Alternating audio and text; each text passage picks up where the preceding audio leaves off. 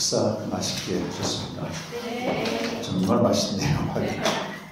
아프리카 가면 먹지 못해서 고생하고 온다더니 더 잘 먹고 있습니다. 이번에 아디스아바바에서 이렇게 환승해서 오는데 갑자기 제 표만 비즈니스로 바꿔주더라고. 환승 처음 있었던 비즈니스 타본 적이 없는데 골드멤버 때 큰 비행기더라고. 이번에 우리가 며칠 왔죠? 그저께 왔을 때 어마어마하게 사람들이 모여있더라고. 저기 입구에. 아니나 다를까 일반석이 완전히 만석이니까 골드멤버도 조금 업그레이드 해준 것 같습니다. 제 소감이 뭐냐면 레스토랑에 온 것 같아요. 레스토랑에. 하얀 천 딱 덮어놓고 계속 먹을 걸 갖다 주는 거예요. 난 이거 빨리 치워야지 컴퓨터를 지금 묵상을 해야 되는데 치울 시간은 안 주고 식사도 순서대로 나오고. 그래서 이제 치는 걸 좀 포기하고 쇼생크 탈출이라는 영화를 제가 봤습니다. 이게 이제 어떤 스티븐 킹의 소설을 이제 각색해서 만든 영화인데 굉장한 인사이트가 있습니다. 카렌 암스트롱이 종교학자인데 신화의 역사라는 책에서 어떤 소설 시나리오죠. 이것은 지치고 상한 영혼들에게 많은 통찰을 남겨주고 고단한 고객들과 같은 험난한 시간을 지나가게 한다는 얘기예요. 그래서 좀 사운드 오브 뮤직 같은 1950년대에 나온 영화인데도요.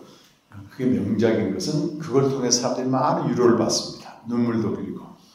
그래서 영화가 나온 지 한 60년대 나왔을 겁니다. 이제 2000년도 초에 그 영화가 나온 지 50년 만에 특별 순서가 있었어요. 그때 이제 출연했던 배우들이 다 이제 늙어가지고 다 이렇게 등장을 하고 그런데 그 영화가 그 많은 사람들에게 미친 그 영향력을 이제 인터뷰를 하고 전화를 받는데요.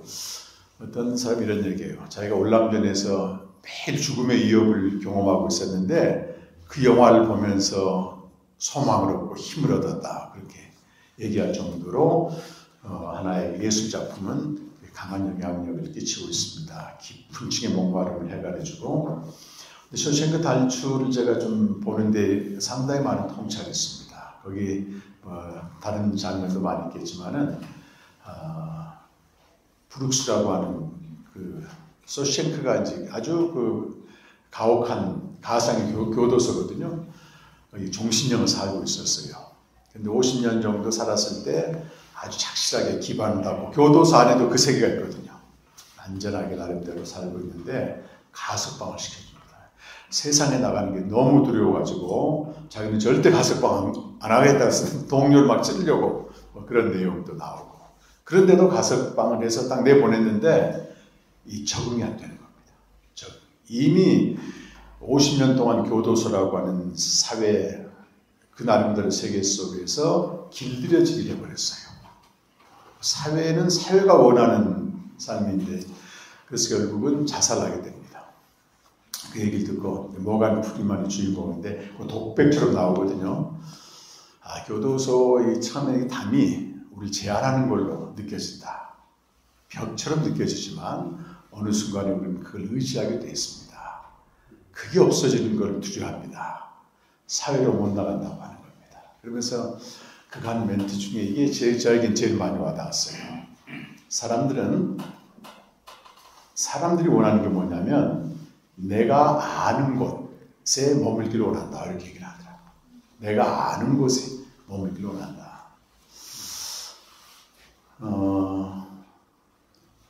우리 기독교의 역사는 2000년 정도 되거든요. 그래서 우리 한국 기독교는요, 아주 짧습니다. 140년입니다. 그러니까 한 10분의 1도 안 돼요. 근데 우리 신앙생활을 할 때 이렇게 자기가 주체가 돼서 뭘 결정하는 게 아니고 이미 형성된 교리나 전통이나 제도라고 하는 제한선이 있습니다. 이것은 우리를 때로 지켜주기도 하지만 또 브루스처럼 계속 믿다 보면 이걸 의지하게 됩니다. 그래서 그걸 없애거나 그 담이 무너지게 되면 못 견딥니다. 진정한 자유를 얻을 수는 없는 거죠. 진정한 자유를 얻을 수는 없는 것입니다. 그래서 우리 한국 교회는 태생이 뭐냐면 그 영국의 존 달비가 기존 전통 신학이나 전통 진리와 전혀 무관한 세대주의 종말론을 가지고 나왔어요. 그리고 요한계시록을 강조하면서 예수님이 곧 오신다. 그러니까 만민에게 복음을 전해야 된다. 이 두 가지 캐치프레이즈를 걸었습니다. 근데 거기 내용이 뭐냐면 완전히 반지성입니다. 자기가 생각하는 것을 어떤 진리로 해가지고 사람들을 많이 미혹한다고. 그게 영국에서는 통하지 않다가 미국으로 건너갔는데 어제 잠깐 말씀드린 대로 D.L. 무디를 비롯한 반지성적인 복음주의자들이 그걸 접목을 해요. 그래가지고 한동안 센세이션한 활동이 일어납니다. 근데 그때 당시 은혜를 체험하고 주님이 곧 재림하시기 때문에 빨리 복음을 전해야 된다고 했던 그 틈바구니에 많은 청년들이 한국에 오게 되는 거예요. 땅끝이 조선이라는 거. 그래서 그들은 열정과 헌신도는 우리가 높이 사야 되지만 신학적인 기반이나 또 성경적인 기반이 거의 없는 사람들입니다. 왜? 주님이 곧 오시니까. 근데 한국 딱 와보니까 진짜 종말 사회를 살고 있는 거예요. 일제강점기가 시작되면서 사람들은 고통과 억압 속에 있었고, 그리고 복음을 전해보니까 이 한국의 종교성이 세계적입니다, 이게. 자기들도 보고 깜짝 놀랄 거예요. 그래서 이 예수라고 하는 복음을 받아들였지만 내용 자체는 거의 한국의 기존 종교성과 접목이 되어버렸어요. 순수하게 복음을 전하게 되면 사람들이 저항하게 됩니다, 사실은. 왜? 본성을 거스르는 거거든요. 당신은 죽어야 된다. 그리고 자기 부인의 삶을 열심히 살아야 된다. 이런 건데 주님이 곧 오신다. 굳이 이 땅에서 의미를 가지고 살 필요가 없는 거예요. 천국 가면 된다는 거예요. 그러니까 예수 천당 불신 지옥의 캐치프레이즈가 먹혀들기 시작하는 겁니다. 그리고 또 한 가지 가장 큰 영향력이 기도입니다. 기도. 우리 한국 사회는 원래 기도하는 민족이었어요. 그래서 미국 선교사들이 복음을 전하고 50년 됐을 때 1885년에 들어와서 1935년도에 자기들 선교 공부의 보고서를 이렇게 내는데 어마어마한 두꺼운 보고서 이게. 제가 논문을 쓰면서 그걸 발견해서 영어로 된 걸 좀 살펴보니까 거기에 이런 말이 있습니다. 이 조선 사람들은 기도하기를 좋아합니다. 기도가 익숙합니다. 이렇게 돼 있어요. 그래서 기도하면 열심히 모입니다. 그래요. 이 나라는 그래서 새벽에 기도합니다. 이렇게. 새벽 기도는 우리 한국이 밖에 사실 없습니다. 새벽에 기도합니다. 새벽에 기도하기 위해서 종을 쳐도 원래 이 사람들은 새벽마다 기도한 사람이기 때문에 아무런 저항이 없습니다. 보고를 다 하는데 읽어보면은 굉장히 우리 친숙했던 새벽 기도가 낯설어 보이는 거예요. 그들에게는. 그리고 비인격적인 밤을 새서 기도합니다. 이건 아주 자기들 볼 때는 비인격적인 겁니다. 일상생활에 지장을 가져오는 거잖아요. 그래서 뭐든지 기도의 이름을 붙여야 되는 거예요. 사람들이 모이게 하려면. 3일 기도회, 금요 기도회 이렇게 모인다고. 그 벽안에 눈동자를 가진 그들에겐 한국적인 기독교가 이상하게 보인 겁니다. 사실은. 그러면 새벽 기도도 사실은 길선주 목사가 도교를 믿다가 새벽 3시면 기도하는 사람이었어요. 근데 딱 이거는 간판만 바꾸고 한 겁니다. 이게. 저도 새벽 기도의 수혜자예요. 사실은. 유익한 점이 있습니다. 근데 이게 절대 진리나 어떤 건 아닙니다. 그래서 김영재 교수라고 하는 분이 되돌아본 한국 기독교 이런 중요한 책에서 이런 책들은 굉장히 중요한 책들이에요. 미국에서도 공부했고 독일에서도 공부하고 해외 한인교회도 좀 많이 하셨던 분인데 합동신학교의 아주 석학입니다. 이분이 은퇴하고 나서 벌써 쭉 썼는데 그거 보니까 한국교회의 가장 문제가 된 것 중에 하나가 아디아포리즘이라고. 아디아포리즘.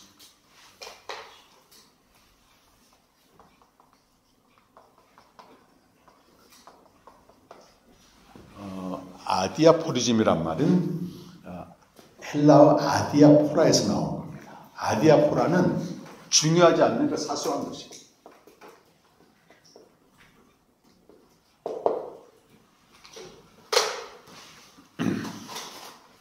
아디아포리즘은 뭐냐면 성경에서 정확히 규정하지 않는 것, 성경에서 중요하게 생각하지 않는 것, 심지어 성경에 없는 것들을 규정으로 만들어서 지키게 하는 것, 이걸 아디아포리즘 신앙이라고 말합니다.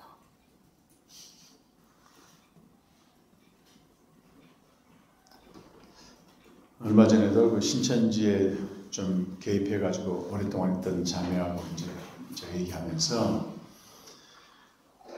성경에서 가장 중요한 핵심 내용은 예수님이 하신 말씀이다. 예수님이 오신 목적이다. 또 그분이 하신 일이다.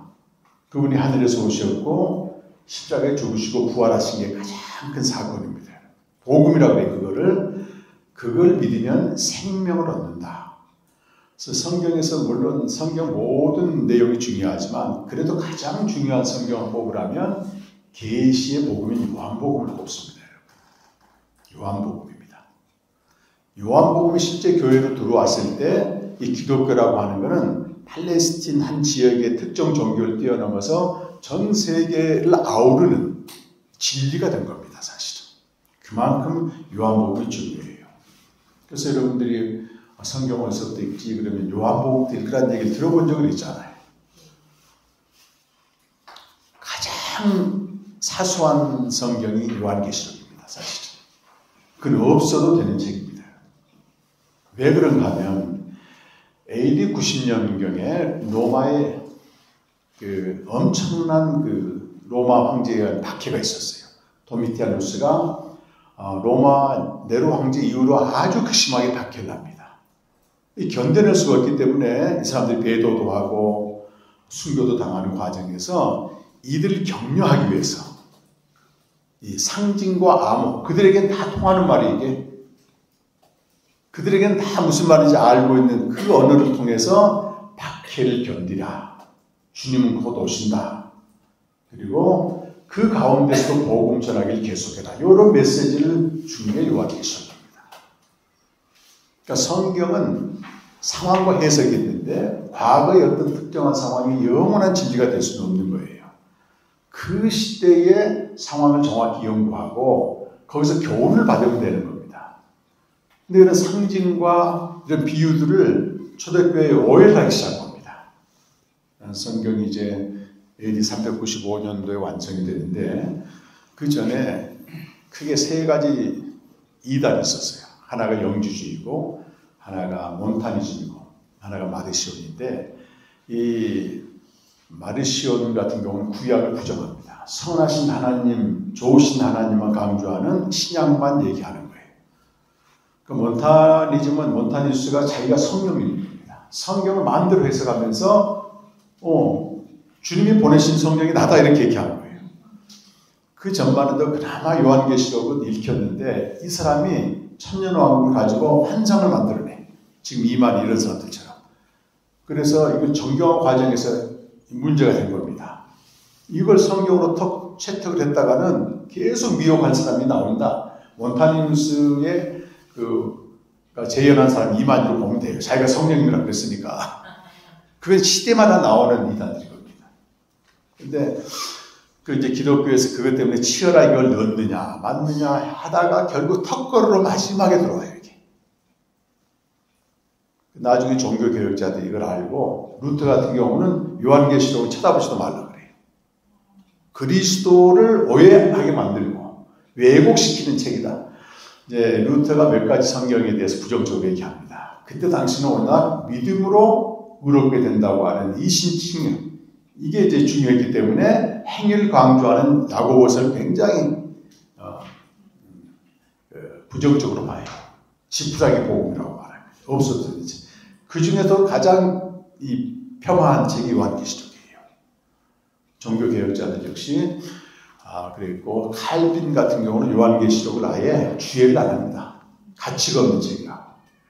근데 우리가 1900년대 중반에 그때 세대주의가 광풍을 일으키면서 그때 반짝 일으켰던 게 사람들이 요한계시록에 반응한 거예요.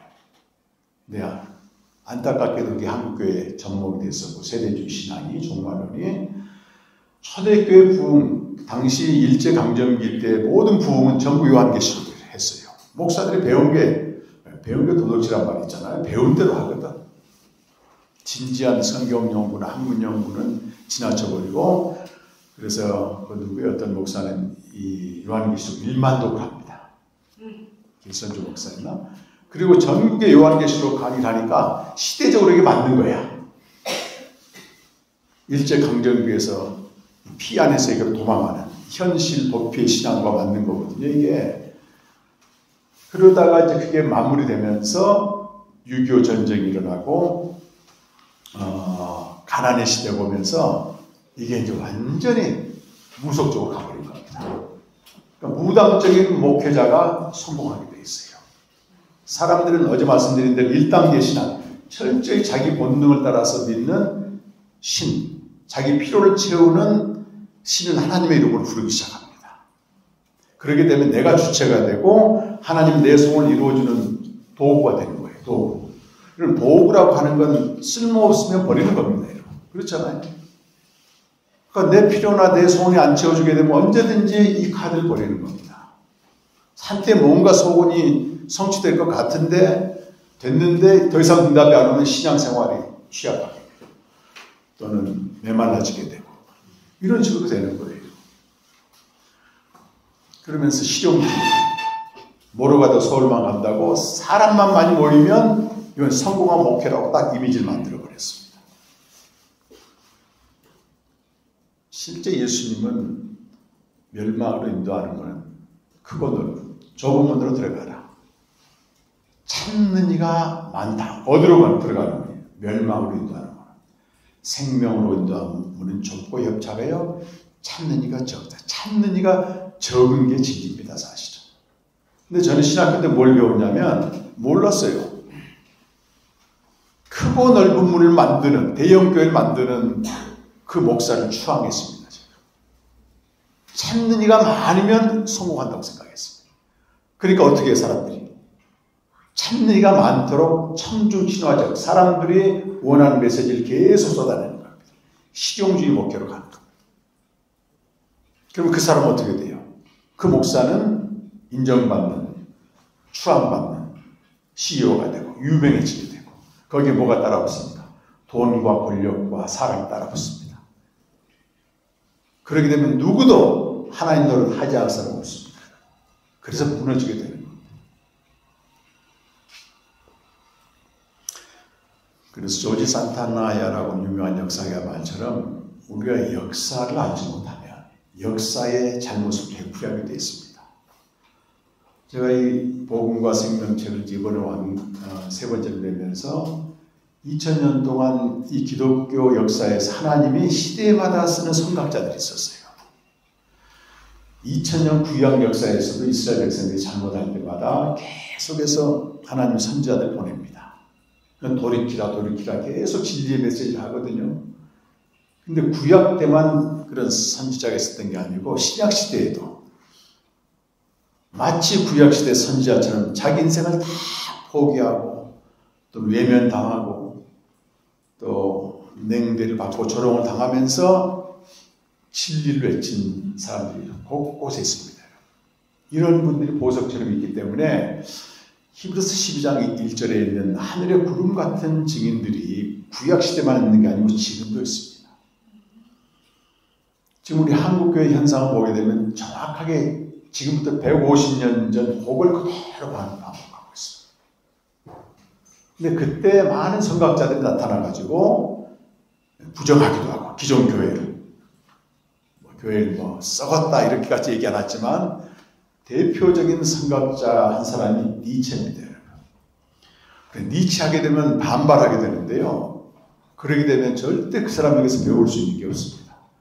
하나님이 이 한 사람을 세워놓고 그 계몽주의 이후 길게는 종교개혁 이후부터 왜곡된 교회들을 다 질타한 것입니다. 하나님의 채찍으로 사용하신 거예요. 확성기로 사용합니다.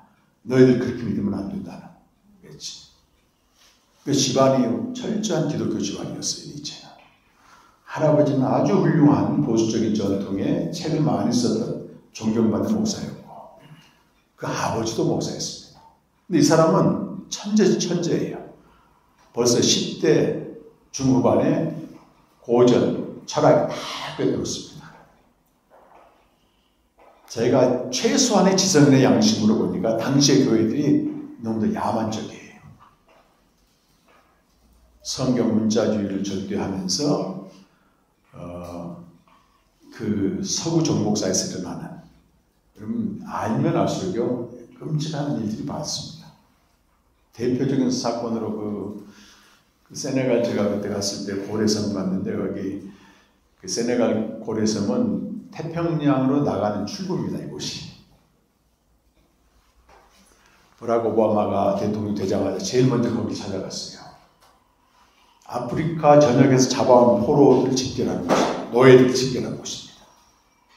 제가 거기를 방문했다가 거기 지금도 그걸 그대로 보존해놨더라고. 요만한 거 5평밖에 안 되는데 노예들 거기 막 50명씩 집어넣습니다.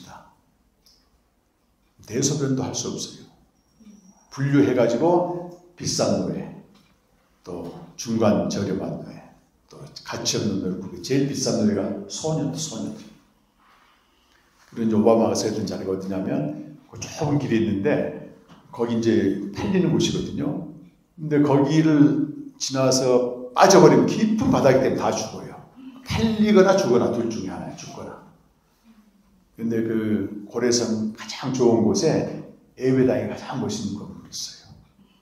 예배당에서 노예상들이 예배드리는 곳입니다. 그곳이. 일례로 이렇게 야만적인 역사가 있습니다. 그래 만물 안의 세계는요. 풀의 꽃처럼 마르고 떨어지게 돼 있어요. 반드시 쇠락하게 돼 있습니다. 기원을 아까 첫 시간에 강조한 것은 저 위에 있는 세계만 항상 충만한 곳입니다. 우리가 생명을 알지 못하고 저 세계의 초월의 신앙으로 진입하지 않게 되면 내가 아무리 여기서 열심히 노력하고 신앙생활해도 결국 끝이 몰락으로 가는 것이. 이건 원칙이라서 할 수가 없는 거예요.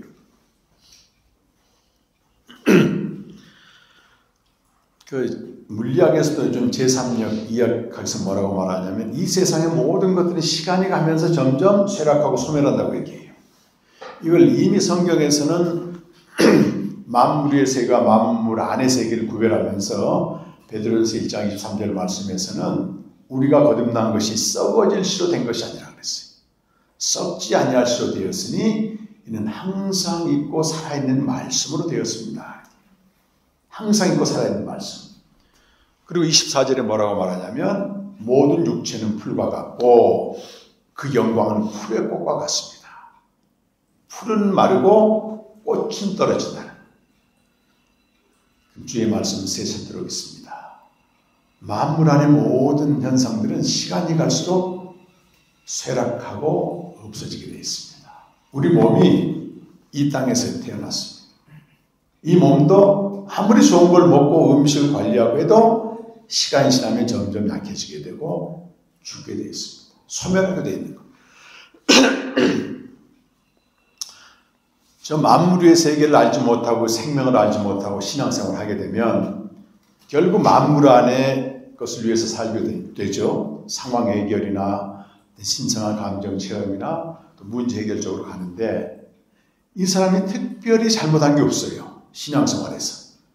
나름대로 열심히 노력도 하고 봉사도 하고 성경 읽기도 하는데 가면 갈수록 어떤 현상을 보이냐면 충만한 게 아니라 공허로 바뀝니다. 이게. 잘못한 게 없습니다. 옛날에는 이렇게 안 믿었는데 옛날 과거 속에 살게 되는 것입니다.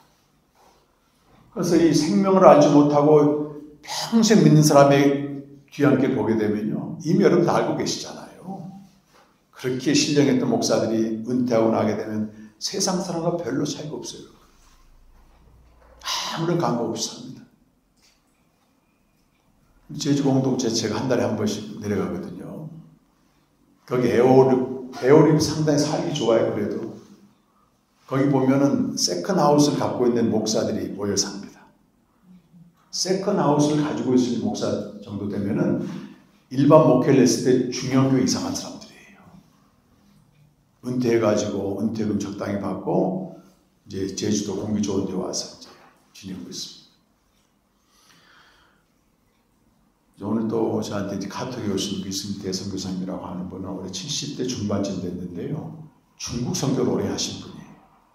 그래서 은퇴하고 제주도에다 중국 사람들 위해서 사역을 하려고 했는데 여의치 않아가지고 지금 이제 이렇게 조그만 그 찬양하우스 만들어서 지내고 있는데 이분이 한 5년 전인가 우리 제주 캠프에 와가지고 너무 놀란 겁니다. 자기가 평생 이 생명에 대해서 사모하고 또 나름대로 책도 많이 보고 모임도 갔는데 이게 아까 첫 시간에 말씀드린 그 기원을 드리면서 생명이 확 열린 거예요, 이분이.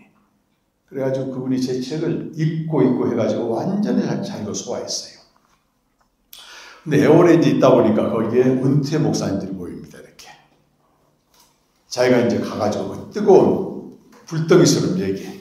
여러분, 생명을 알아야 됩니다. 그러면요, 그 목사님들 어떻게 반응하냐면 차갑게 반응합니다. 은퇴해서 우리가 은퇴했는데 뭐 그거 알 필요가 있느냐. 대화 자체가 딱 정해져 있습니다. 여행 가는 거, 먹는 거, 자식 자랑, 그 범주를 뛰어넘지 못해요. 그럴 수밖에 없어요, 여러분. 만물 안의 세계에서 신앙생활하는 사람들의 모든 사람의 결국이 그렇게 가게 되어 있습니다. 사실 정도의 차이만 있지. 정도의 차이만 있습니다.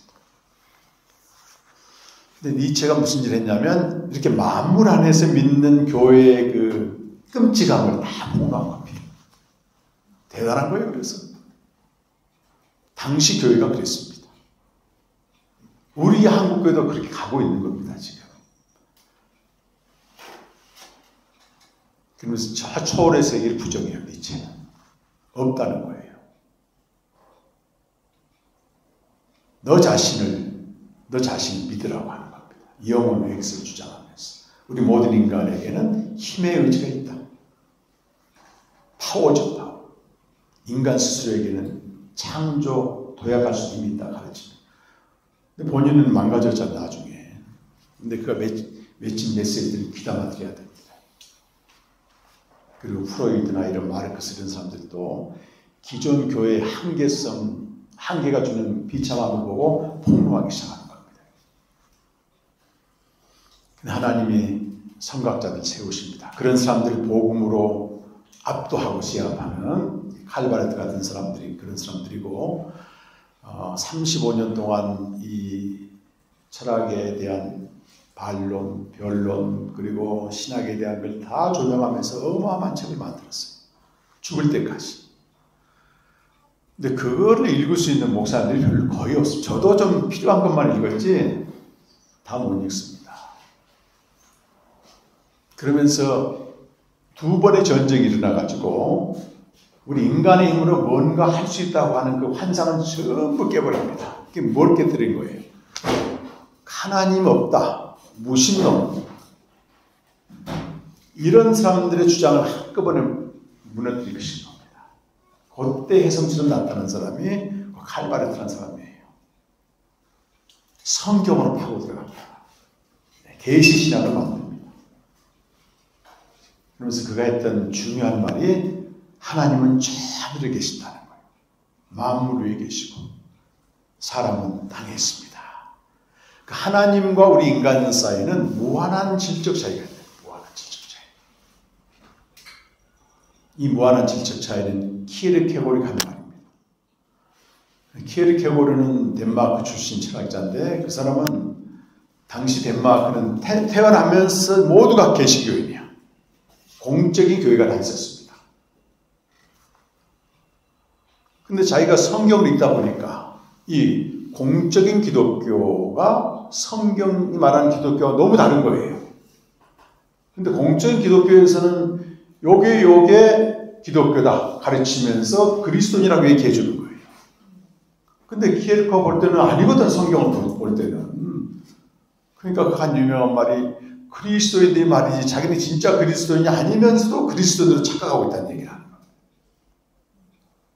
그래서 이 사람은 교회를 안 나가고 혼자 이렇게 성경을 연구하기 시작하는 겁니다. 자, 만물 안에 신앙과 만물 안에 교회가 막장으로 왔잖아요. 한계 상황에 지금 도달했다고 이게. 그럼 어디로 뚫고 나가야 되냐? 많은 사람들이 무신론으로 가버리고 또는 기독교를 비난하는 쪽으로 갔지만 키르케고르는 저 위에 계신 하나님으로 도약을 합니다. 도약이란 표현을 해요. 그 무한한 질적 차이가 하나님과 우리 사이에 있는데 우리가 그 세계로 들어가는 것은 그리스도를 통해서 들어간다는 얘기를 하는 거예요. 그리고 그 사람은 외롭게 살다가 죽었습니다. 이런 사람들이 진짜 성경자입니다.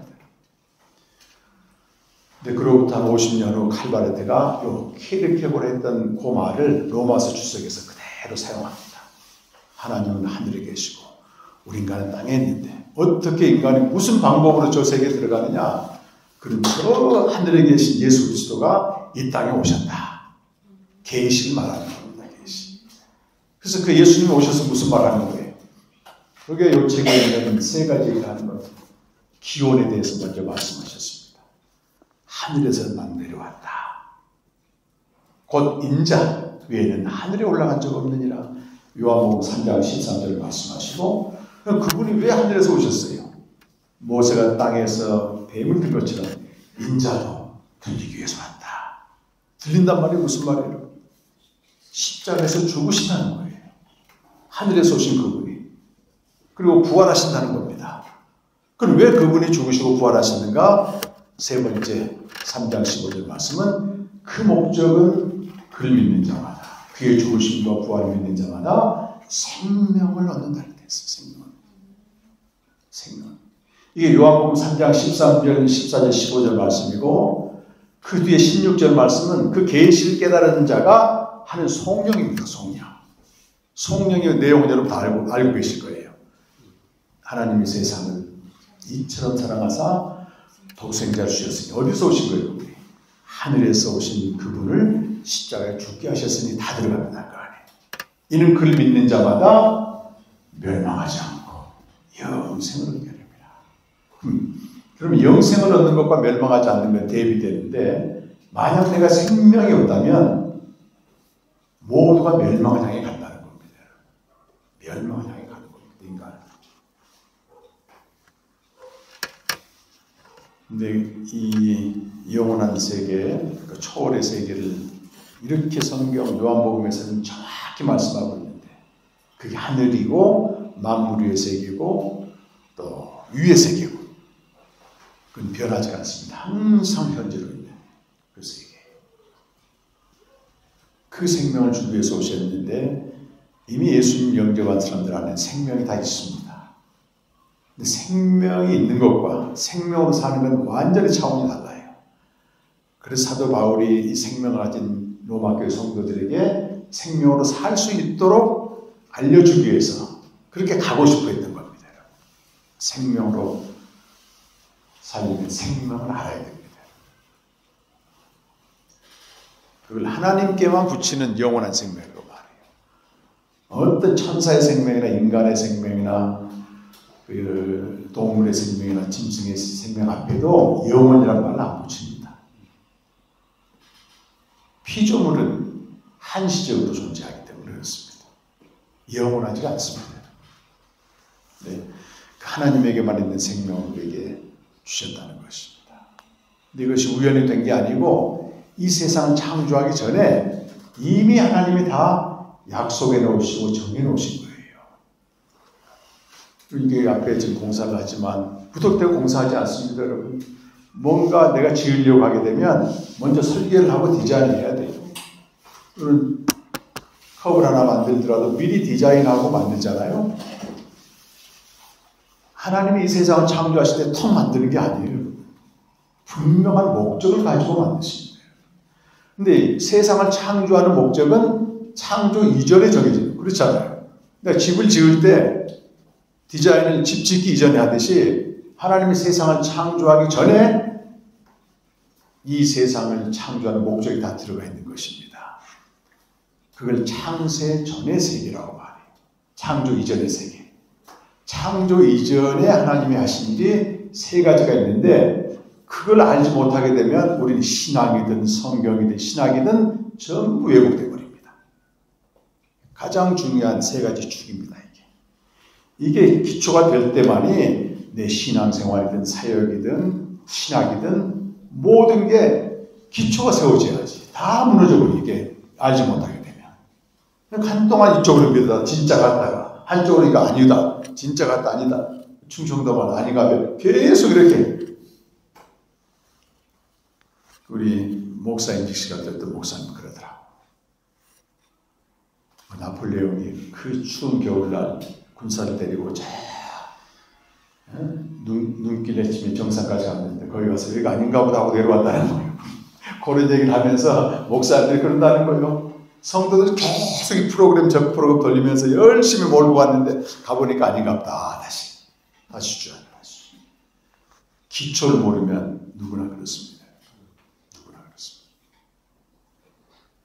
몸에 병이 나면 그걸 고치려고 얼마나 노력해요. 잠깐 사는 몸인데도 영원히 사는 우리 안에 있는 영혼이나 보이지 않는 이 생명은 영적인 생활이거든요. 영적인 생활이 뭔가 어렵고 막히고 기쁨이 없고 힘들면 이걸 진단해서 해결하려고 목숨 걸지 않습니다. 그 자체가 육적으로 산다는 거예요. 우리가.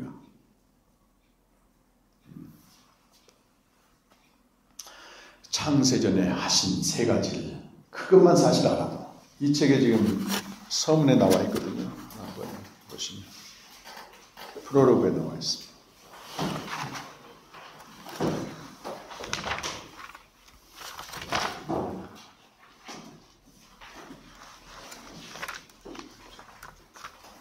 (28페이지)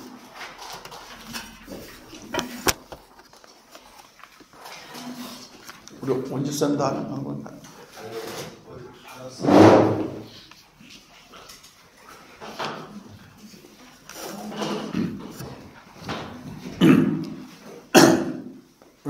여기도 잠깐 보십시오. 책이 있습니다.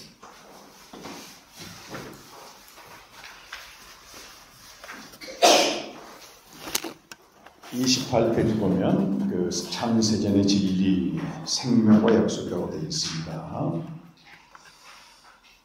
위에서부터 네 번째 줄 보면 우리 거기서부터 그 단락 끝까지 한번 같이 읽어보겠습니다. 시작. 성경에서는 하나님이 창세전에 세 가지를 하셨다고 전합니다. 아들에게 생명을 주시고 이 생명을 우리에게 주겠다고 약속하셨고 이 약속을 우리 아이를 보내시기로 얘기하셨습니다. 이 세 가지 다 성경 구절이 나와 있죠. 요한복음 5장 16절. 첫 번째 하나님이 하신 일이 아들에게 생명을 주신 것. 두 번째는 그 생명을 우리에게 주시기로 약속하신 겁니다. 이 세상을 창조하기 전에 하신 거예요. 그리고 창세전에 이 생명을 주기 위해서 아들을 보내시기로 미리 정하셨다. 세 가지입니다. 이런 창세전에 하나님이 하신 일에 근거해서 세상을 창조하게 되는 것입니다. 근데 여기 말하는 아버지께로부터 그 아들이 낳았다 그래서 독생자라고 말해요. born of God이라고 말합니다. 하나님께로부터 난자에 만들어진 자가 아닙니다. 그럼 우리에게 약속된 생명도 뭐겠어요? 만들어진 생명이 아니고 하나님께로부터 나은 생명, 동일한 생명을 약속하신 거라. 그래서 이 생명을 우리가 얻으려면 이 생명을 가진 아들이 오셔야만 돼요. 그래서 요한일서 5장 12절에 보면 아들이 있는 자에게는 생명이 있고 아들이 없는 자에게는 생명이 없느니라. 그 생명을 가진 아들을 우리가 영접해야만이 생명을 얻는 겁니다.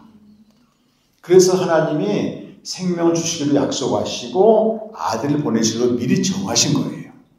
그러니까 아담이 죄를 짓고 여부와 상관없이 아들은 오셔야만 되는 겁니다. 이 생명을 주기 위해서. 근데 하나님이 아담을 어떻게 했습니까? 만드셨습니다. 창세기 2장 7절 보면 하나님이 땅에 티끌로 사람을 만드시고 메이드 오브 갓이에요. 그래서 born of God은 우리에게 약속된 생명이고 메이드 오브 갓은 최초로 만들어진 아담이에요. 하늘과 땅 차이입니다. 이게. Born of God은 하늘에 속한 생명이고 Made of God은 땅에 속한 생명이에요. 그래서 20세기 유명한 그 기독교 변증가인 C.S. 루이스는 그 순전한 기독교에서 Born of God하고 이 Made of God 한 챕터를 아예 설명을 했습니다. 하나님은 우리를 Made of God, 땅에서 나게 됐는데 고쳐 쓰거나 만들어서 새롭게 해서 쓰는 게 아니라는 거예요. 전혀 다른 생명을 주신다는 겁니다, 여러분.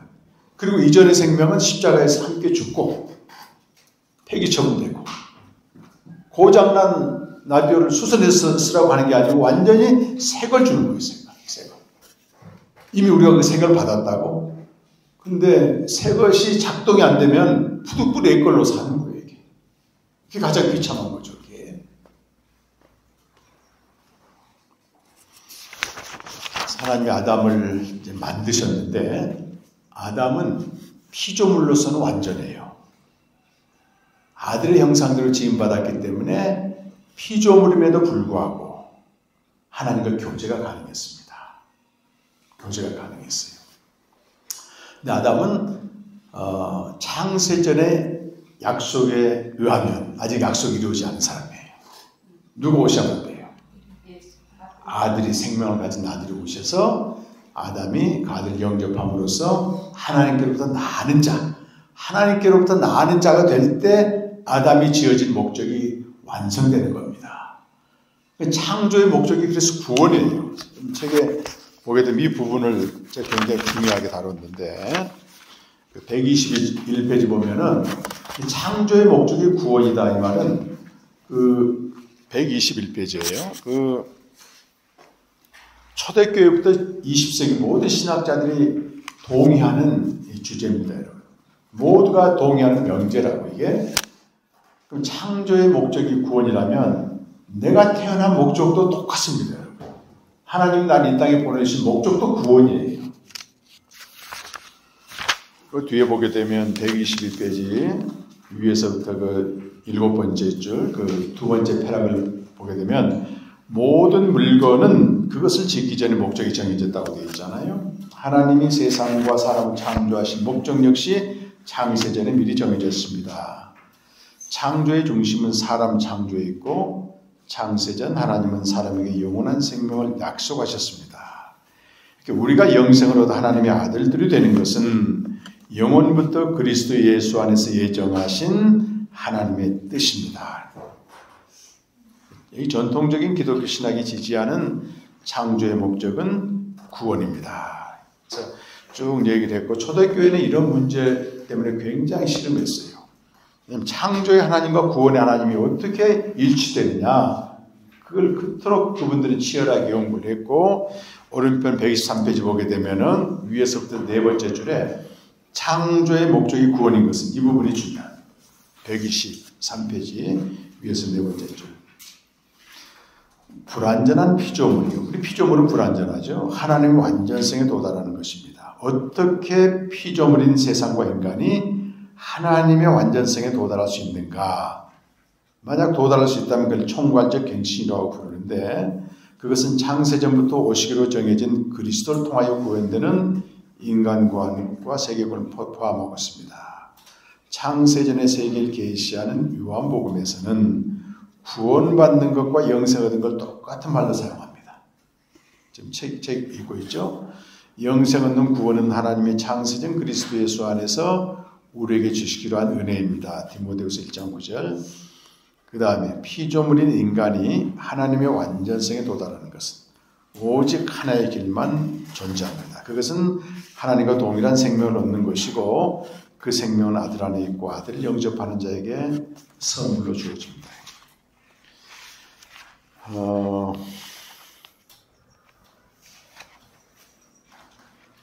이게 48페이지 한번 보시면 48페이지 생명의 5단계의 그림이 나오는데 3번 생명이 괄호 열고 푸시키라고 되어 있죠. 헬라어는요 생명을 철저히 구분합니다. 아담이 만들어졌는데 아담의 생명은 푸시키라고 불러요. 푸시키라고. 우리는 다 똑같이 생명이라고 부르는데 이건 옆에 보면 피조된 생명이고 아담의 생명이다. 근데 불완전한 피조물이 어떻게 하나님의 완전성에 도달하는가는 복음을 통해서 화살표 왼쪽에 보니까 1번 생명으로 올라가잖아요. 하나님의 완전성, 동일한 생명을 얻는 건데 이 생명은 조회라고 불러요. 우리는 똑같은 생명이지만 완전히 다릅니다. 헬라어는. 아담의 생명, 우리 인간의 생명은 푸시케고 복음을 믿음으로써 얻는 생명은 조회라고 말하는데 신약 성경 읽어보면 새 생명, 위로부터 난 생명은 전부 조회를 쓰고 똑같습니다. 아담에서 태어난 옛사람은 전부 푸시케를 쓰게 되어 있어요. 그러니까 이것이 복음이 기쁜 소식인 것은 3번 생명으로 살면 무엇을 아무리 많은 걸 성취하고 누려도 마지막에 멸망이라고 공허와 멸망이잖아요. 이게. 그런 우리에게 1번 생명으로 2단계의 생명으로 도약하게 만든 겁니다. 나게 만든 거예요. 만들어진 생명을 나는 생명으로. 이래서 기쁜 소식이 되는 겁니다. 한국에 요즘 애완견 기르는 가정이 1000만 명이 넘는 답이다. 자식처럼 내지중지 하는데 그 4번 생명이잖아요. 동물의 생명이니까. 근데 아무리 기도를 하고 뭘 해도 4번 생명은 그대로 살다 죽는 거지 그게 뭐 기적이 일어나서 사람 생명으로 바뀌는 게 바뀔 수가 없어요. 모든 생명체는 태어난 그대로 살다가 죽게 되었으면 생명의 법칙이. 근데 사람만큼은 사람으로 태어나 사람으로 산다 사람으로 죽으면 멸망이라고. 그래서 이는 멸망치 않고 영생을 얻게 하랍니다. 그러니까 이 우리가 생명을 얻었고 이 복을 받았기 때문에 사도 바울이 감옥에서도 미친 듯이 찬양을 하는 겁니다. 찬송한다고. 죽어서만 가는 게 아니고 여기서 누린다는 겁니다. 동일한 생명을 얻었기 때문에 그 생명을 주신 하나님과 교제하면서 아침 강의대로 삼위 하나님의 기쁨의 속에 들어가는 겁니다. 그분의 기쁨을 내가 기뻐하는 겁니다. 그 삼위 하나님과 교제하게 되면 그분의 영광을 본다 그랬는데 그 영광이 뭐라 그랬어요? 휘황찬란한 게 아니고 나같이 비참하고 고통스러운 자를 그 아들을 통해서 사랑해 주시고 신실함으로 대하신다고 하는 사랑과 신실함의 싼 개념이죠. 그게 우리에게 매일 부어지잖아요. 그 사랑은 우리가 형제를 사랑해요. 이렇게. 그 계명을 지키는 겁니다. 너희가 내 계명을 지키면 내 사랑 안에 거할 뿐만 아니고 나의 기쁨을 너희에게 주노라. 그래서 너희 기쁨을 충만하게 합니다. 이게 충만한 기쁨으로 돌아가는 겁니다. 이 만물 안의 기쁨은 조건적이고 상황적입니다. 뭔가 내 눈에 가시적으로 볼 때 우리 또 내일도 몰라. 당장 오늘 보이는 현상 때문에 기뻐하고 슬퍼하고 고통스러워하지만은 그걸 초월했기 때문에 그 기쁨은 항상 유지되는 겁니다. 항상 기뻐하라. 성경에 있는 말이야. 이렇게 해서 하나님의 세상을 분명히 창조할 목적, 여러분이 땅에 보내신 목적이 정해져 있고 아담이 죄를 지었기 때문에 근데 죄를 지었으면 아담이 이제 문제가 되지만 하나님 편에서는 그래도 이 생명 주시고 한 약속을 지키신다는 겁니다. 그게 아까 전 시간에 우리 자문을 통해서 들으셨던 그 여자의 후손과 가족원. 아담이 죄를 범한 현장에서 하나님이 뭘 말하냐면 창세전에 보내시기로 한 그 아들이 이제 십자가에 죽어야 된다고 하는 겁니다. 생명을 죽인 주되 우리 죄를 용서해야 되기 때문에 십자가에 죽으시고 약속된 생명을 주시는 것입니다. 그래서 예수님의 십자가 사건은 창세전부터 정해진 게 아니고 아담이 죄를 지은 현장에서 나는 내 아들을 십자가에 내어주는 그 어마어마한 대가를 지불하면서도 불구하고 약속된 생명을 주시기로 한 약속을 지키겠다고 하는 하나님의 신실하심의 선포예요. 안 주면 그만이지 그분의 주권이니까. 디도스 1장 2절에 뭐라고 되어 있냐면 생명 주시기로 한 약속은 거짓이 없으신 신실하신 약속이 있기 때문에 취소가 불가능해요. 하나님 편에서는. 우리야 줘도 그만 안 줘도 그만이지만 우리가 다 멸망을 하잖아요. 그래서 하나님의 아들이 오실 것을 선지자들이 다 그때부터 증거합니다. 창세기 4장부터는. 그래서 구약의 선지자들이 하는 일이 뭐냐면 장차 그리스도가 하나님의 아들이 오셔서 십자가에 죽으시고 부활하셔서 생명을 줄 것입니다. 이걸 선지자들이 동일하게 증거합니다. 그래서 예수님은 선지자들이 증거한 대로 오신 분이에요. 한번 좀 보실까요, 여러분? 로마서 1장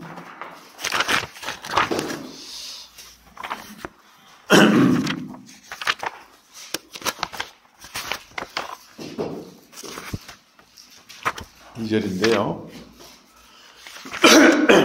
교재를 보는 게 좋겠습니다. 교재.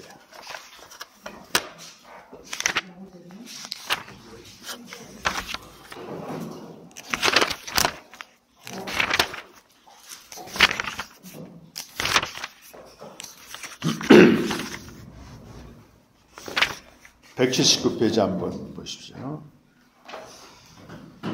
위에서 밑에서부터 네 번째 줄, 다섯 번째 줄인가 179페이지 보면 아담은 영생을 약속받았지만 하나님의 말씀에 불순종해서 창조 언약을 깨뜨렸습니다. 하나님은 그런데도 영원히 이루신 하나님께서는 아담과 그에게 속한 모든 사람을 위하여 구원의 길 마련해 주셔서 여자의 후손과 가죽옷으로 예표되는 자기 아들 세상에 보내겠다고 약속하셨습니다.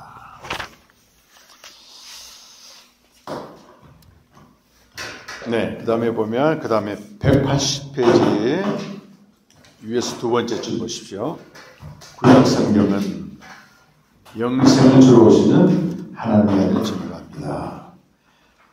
자, 이게 요한복음 5장 39절에 나오는데 같이 한번 읽겠습니다. 시작. 너희가 성경에서 이 성경이 곧 내게 대하여 증언하는 것입니다. 나오고 밑에 로마서 1장 2절도 한번 읽어보겠습니다. 이 복음은 하나님이 선지자들을 통하여 그 아들에 관하여 성경에 미리 약속하셨습니다.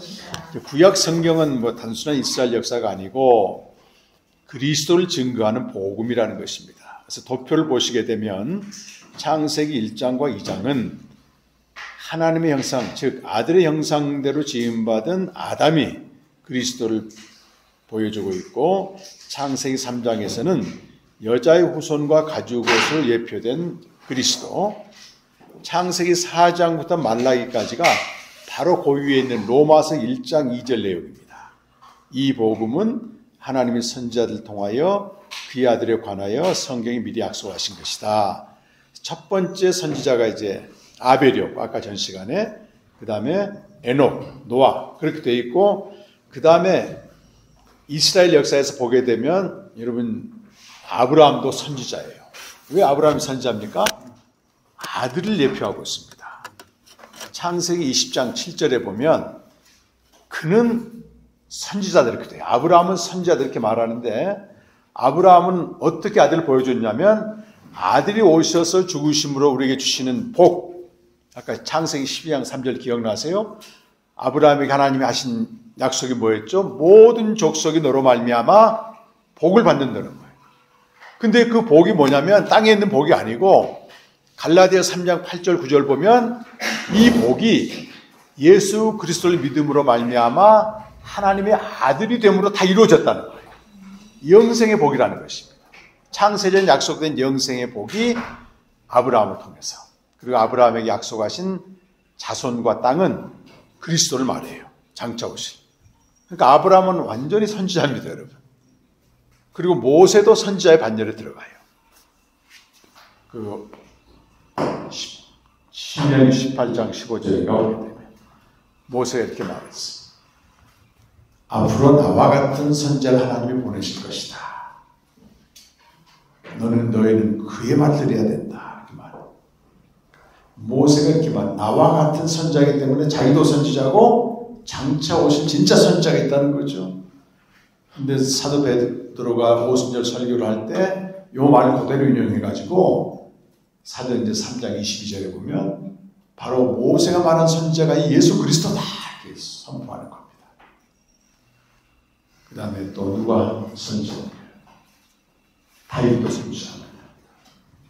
다윗은 어떤 선지자보다 탁월한 이유가 있냐면 다른 선지자는 예수님의 죽음 정도, 부활은 얘기한 사람 없었는데 다윗은 예수님이 오실 것과 죽으실 것과 무덤에 장사될 것과 부활하실 것과 부활해서 하늘에 오른편에 앉은까지 다 봤어요.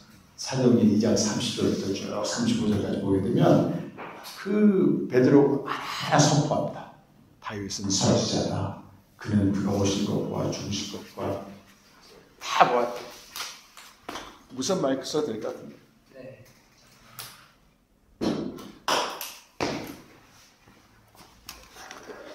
그러니까 구약의 중요한 사람들이 전부 선지자고 기타 이사야 에스겔 무슨 마이크 혹시 되는? 모두가 선지자들입니다. 181페이지 보면 베드로전서 1장 10절에서 12절까지 말씀 나오는데 같이 한번 읽어보겠습니다. 시작. 이 구원의 때에는 너에게 임할 은혜를 예언하던 선지자들이 연구하고 부지런히 살폈습니다. 자기 속에 계신 그리스도 영이 그 받으신 구원하니까 그의 받으실 영광을 미리 증언하여 그를 또한 어떠한 때를 지시하는지 사모하니라. 이 성경이가 자기를 위한 것이 아니요 너희를 위한 것이니 지시하게 되었으니 그것은 하늘로 계신 성령이 먹고 복음을 전하는 자들로 이제 너희에게 하는 것이요 선사들로 살펴보기를 원하는 것이니라. 네, 선지자들 안에 그리스도 영이 있어서 그리스도가 오시게 되면 그가 받으실 고난, 선지자들이 증거한 그리스도는 고난당하시는 그리스도입니다. 그러나 고난으로 그치지 않고 죽은 자 가운데서 다시 3일 만에 살아나는 이 그리스도가 모든 선지자들이 증거한 그리스도예요. 다시 말해서 구약 성경이 증거한 그리스도입니다. 근데 이대로 이 일을 하시는 분이 진짜고 이걸 하지 않는 그리스도는 가짜인지 가짜. 예수님이 오셨을 때요. 선지자들이 증거한 대로. 오셔서 무슨 하십니까? 그분이 기적을 행하시고 병을 고치고 하니까 야, 저분이 진짜 그리스도인가 보다 하고 사람들이 따라 나섰습니다. 그 중에 특별히 그 갈릴리 주변에 있는 12제자가 예수님을 따라 나갑니다. 네.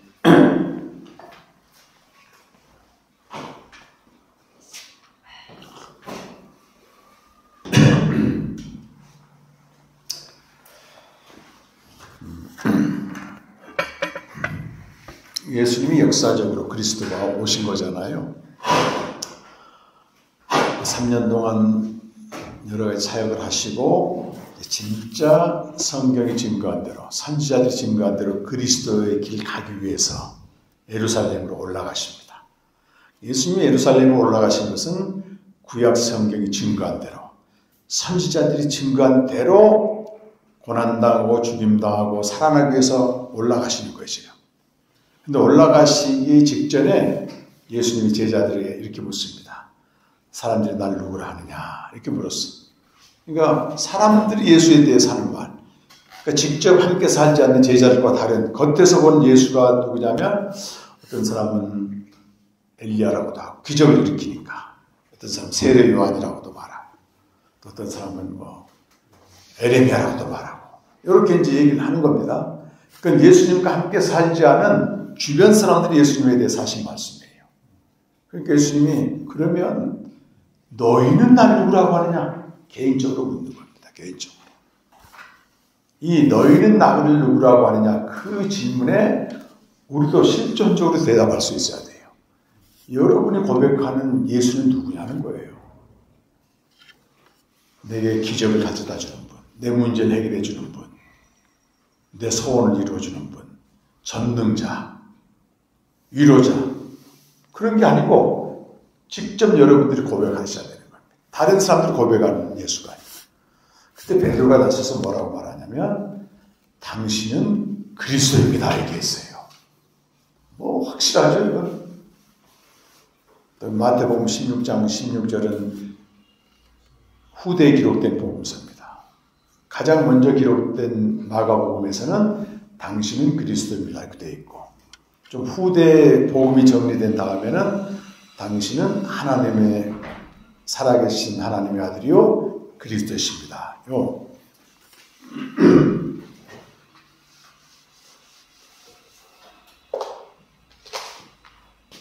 복음이 무엇이냐? 복음은 역사적으로 2000년 전에 출현하였던 예수라는 분이, 예수는 이 땅에 오셨을 때 이름이에요. 창세 전에 이름은 말씀 로고스입니다. 로고스가 육신이 되어 우리 가운데 오셨다. 근데 그 이름을 예수라 하라. 그는 자기 백성을 그들의 죄에서 구원할 자다. 이 땅에 오셨을 때 주신 이름이에요. 이 예수라는 분이 창세 전부터 하나님과 함께 계시다가 우리에게 오신 하나님의 아들입니다. 그리고 그가 그리스도입니다. 이것을 우리가 신약성경에서는 복음이라고 말해요. 예수 자체가 복음이 아니고 2000년 전에 이 땅에 오셨고 활동하셨던 그 역사적으로 존재했던 활동했던 예수가 창세 전부터 하나님과 함께 계신 아들이고 그가 고난당하고 십자가에 죽으시고 부활하신 그리스도가 된다. 이걸 믿을 때 구원을 얻는 겁니다. 단순히 예수만 부르고 예수 신앙에 몰입하게 되면 내가 원하는 예수를 만들어내는 거예요. 그래서 예수가 우상이 되는 겁니다. 그래서 예수의 이름을 부르면서 못된 짓을 하는 겁니다. 그게 노예상처럼 예배단지 있고 오늘은 노예들 많이 잡겠으니까 고맙습니다. 찬송하고 있는 겁니다. 이 복음을 모르고 예수만 알면요, 우리의 신앙은 굉장히 야만적이고 자기중심적이고 자기 보존 본능을 위해서 예수를 철저히 이용하는 원수가 되는 거예요. 사실. 그래서 사도 바울이 이 복음을 모르고 예수만 알았을 때 뭐라고 얘기합니까? 내가 전엔 포행자요, 박해자요, 해방자였다고 막 얘기하는 거예요. 모두가 자기의 관점에서 예수를 아는 거예요, 여러분. 바울이 예수를 아는 건 누구였어요? 동시대인이었어요. 같은 동시대인.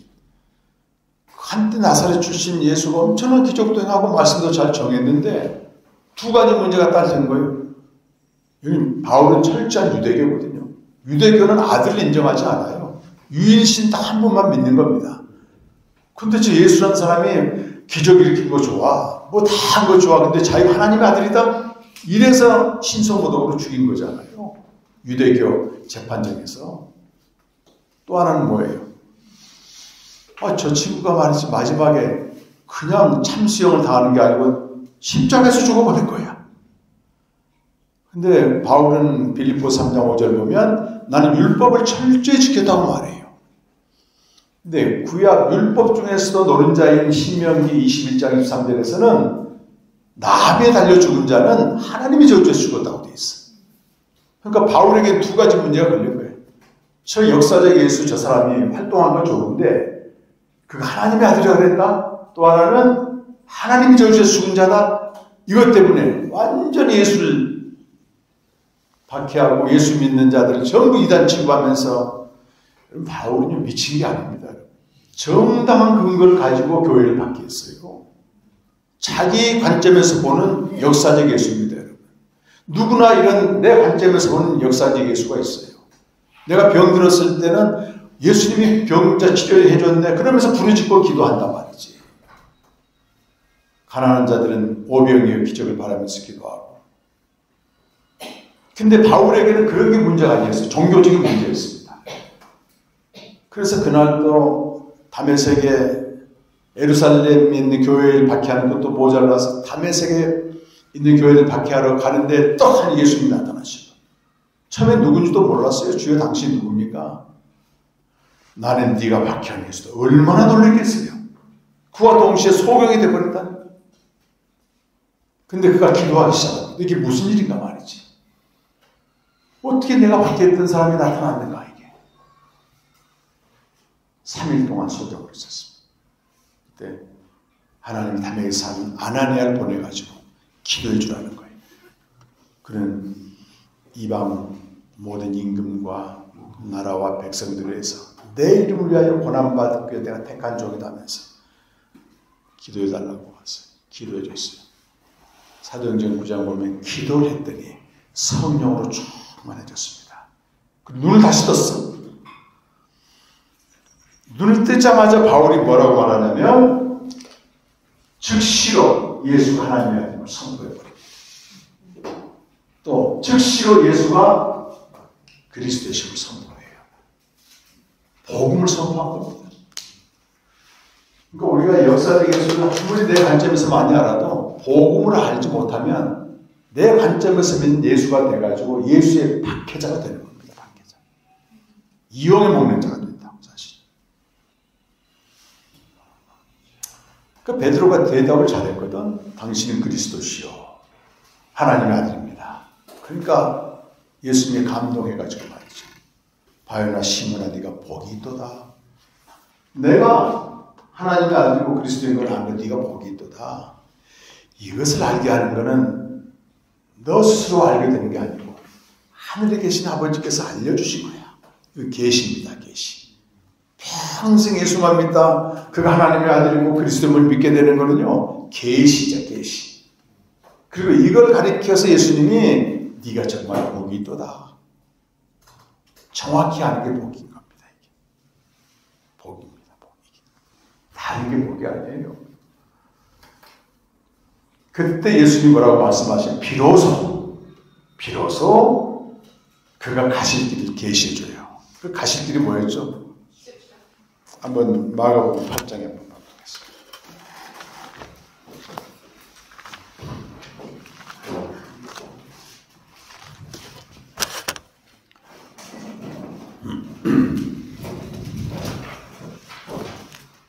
장 29절에 또 그러시되 너희는 날 누구라 하느냐 베드로가 대답하되 당신은 그리스도이십니다. 우리 주는이라고 되어 있는데요. 당신이 맞아요. 정확한 번역은 당신은 그리스도입니다. 그러니까 자기의 일 30절 자기의 일은 그리스도 일이죠. 아무에게도 말하지 말라 경고하시고 이제 뭘 31절 같이 한번 읽어봅시다. 인자가 많은 고난을 받고 장로들과 대사들과 세관들에게 버림받아 죽임을 당하고 사흘 만에 살아나야 할 것을 비로소 그들에게 가르치시되 이게 뭐죠? 고난당하고 죽임당하고 사흘 만에 살아나야 할 것이 뭐냐고요? 구약의 선지자들이 증거한 그리스도와 일치됩니다. 이게 성경이 증거한 그리스도와 일치됩니다. 이제 그 길 가시겠다는 거예요. 여러분 예수님은 다른 길 가지 않습니다. 선지자들이 증거하고 성경이 증거하고 그대로 그 길 가시겠다고 하는 것을 비로소 알려주시는 겁니다. 그랬더니 베드로가 아멘 했습니까? 어떻게 해서 그 다음 베드로 반응을 한번 보여주십시오. 드러내놓고 이 말씀을 하시니 베드로가 예수를 붙들고 항변했단 말인데요. 이걸 굉장히 이걸 완곡하게 번역한 거예요. 영어 성경 보면 밀어붙이고 꾸짖었다고 해요. 리뷰큐란 말은 예수님이 사탄 내어줬을 때 쓰는 전용구입니다. 이게 에피티마오라고. 지금 베드로가 꼭지가 돌아버린 거예요. 왜? 3년 동안 모든 걸 버리고 희생하고 지금 예수님을 따라왔잖아. 근데 자기 목적이 뭐예요? 그 다음 읽어보면 사람의 일을 가지고 따른 거예요. 내가 저 양반 쫓아가게 되면 예루살렘에서 다윗처럼 왕이 될 게 분명히 확신을 가지고 있었어요. 그럼 나는 그 옆에 이제 한 자리 하는 거잖아요.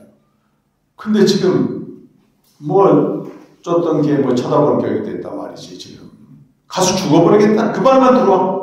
뒤에 있는 사람 이런 말은 들리지도 않아. 죽으면 어떻게 돼요? 자기 인생도 끝장나는 거지 뭐. 대통령 선거 열심히 추정했는데 떨어지면 같이 운명이 끝나듯이. 그러니까 리뷰큐해버려요. 리뷰큐. 에피티마오. 사탄 취급해버립니다. 근데 예수님이 이때는 불렀었지 않아요. 그렇게 인자하신 예수님이 그 다음 절 읽어보겠습니다. 33절 예수께서 돌이키사 제자들을 보시며 베드로를 꾸짖어 이르시되 사탄아 내 뒤로 물러가라. 내가 하나님의 일을 생각지 아니하고 우리의 사람의 일을 생각합니다. 베드로가 뭘 생각하고 따라하는 거예요. 이때까지. 땅의 일, 사람의 일을 가지고. 하나님의 일은 뭐예요? 하나님의 일. 아들을 믿는 게 하나님의 일입니다. 유대인들이 물었어요. 요한복음 6장 28절. 어떻게 하나님을 알 수 있습니까? 보내신 믿는 게 하나님의 일이다. 생명을 주는 겁니다. 그분이 죽으시고 부활하신 것. 거기에는 별로 관심이 없어. 잠깐 끝나고 날 이 땅의 삶을 어떻게 좀 잘 살아볼까? 여기에만 온통 관심을 가지고 있는 거예요.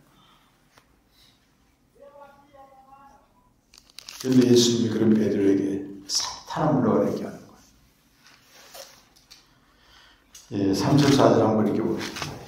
무리와 제자들 불러 이르시되 누구든지 나를 따라오려고 하다니 자기를 부인하고 자기 십자가를 지고 나를 따르는 것이다. 누구든지 자기 목숨을 구원하고자 하면 잃을 것이요 자기 목숨을 잃으면 구원하리라. 사람이 만일 천하를 얻고도 자기 목숨을 잃으면 무엇이 사람이 무엇이 그것까지 있겠습니다. 하나님의 일은 사람의 일은 자기를 위해서 사는 것이지만 하나님의 일은 자기 부인하고 자기 십자가를 지고 따르는 것이다. 근데 열심히 사람의 일을 열심히 하면서 자기 목숨을 구원하고자 하면 마지막에 잃을 것이지만 주와 복음을 위해서 자기 목숨을 잃으면 구원하라. 여기까지는 상당히 부담스러운 말이죠. 그 다음 아주 쉬운 예화를 들었습니다. 사람이 만일 온 천하를 얻고도 자기 목숨을 잃으면 무엇이 유익하리요? 사람이 이 땅에 살면서 잘 먹고 잘 살고 자기 위해서 많은 걸 이루는데 결국 잃어버리니까 뭐가 유익하겠느냐 그 말입니다. 사람이 무엇을 주고 자기 목숨을 바꾸겠느냐. 하나님의 일은 우리에게 생명을 주어서 주님을 자기 부인하며 따르게 만드는 것인데 이게 자기 목숨을 잃는 삶이거든 사실은.